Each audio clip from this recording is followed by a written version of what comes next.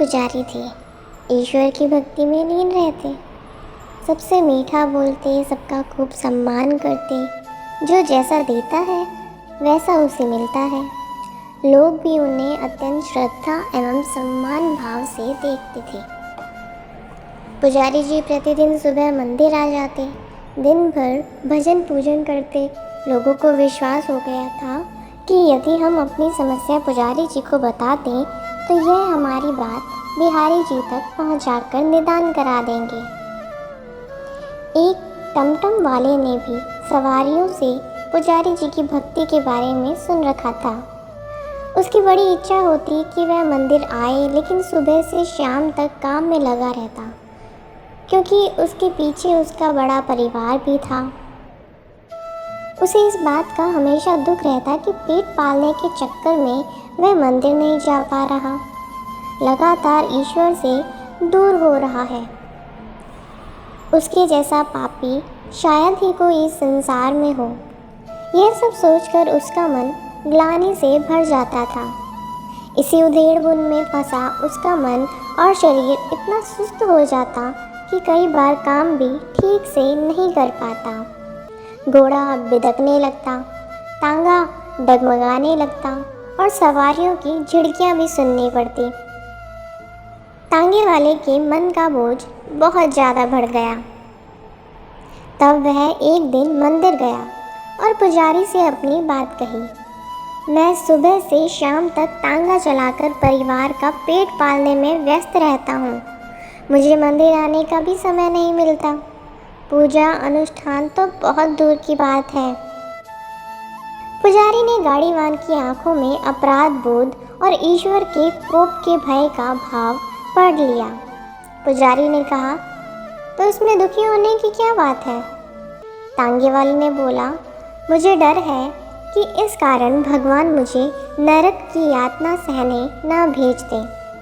मैंने कभी विधि विधान से पूजा पाठ किया ही नहीं।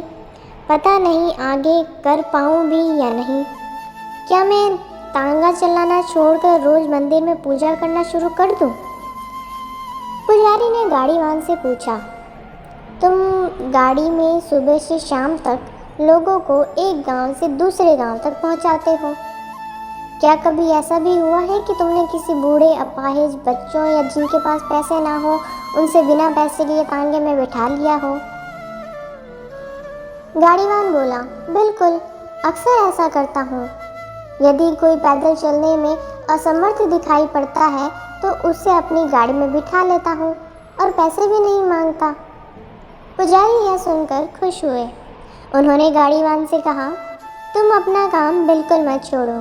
बूढ़ों, अपाहिजों, रोगियों और बच्चों और परेशान लोगों की सेवा ही ईश्वर की सच्ची भक्ति है। जिसके मन में करुणा और सेवा की भावना हो, उनके लिए पूरा संसार मंदिर समान है। मंदिर तो उन्हें आना पड़ता है जो अपने कर्मों से ईश्वर की प्रार्थना नहीं कर पाते। तुम्हें मंदिर आने की बिल्कुल ज़रूरत नहीं है। परोपकार और दूसरों की सेवा करके मुझसे ज़्यादा सच्ची भक्ति तुम कर रहे हो।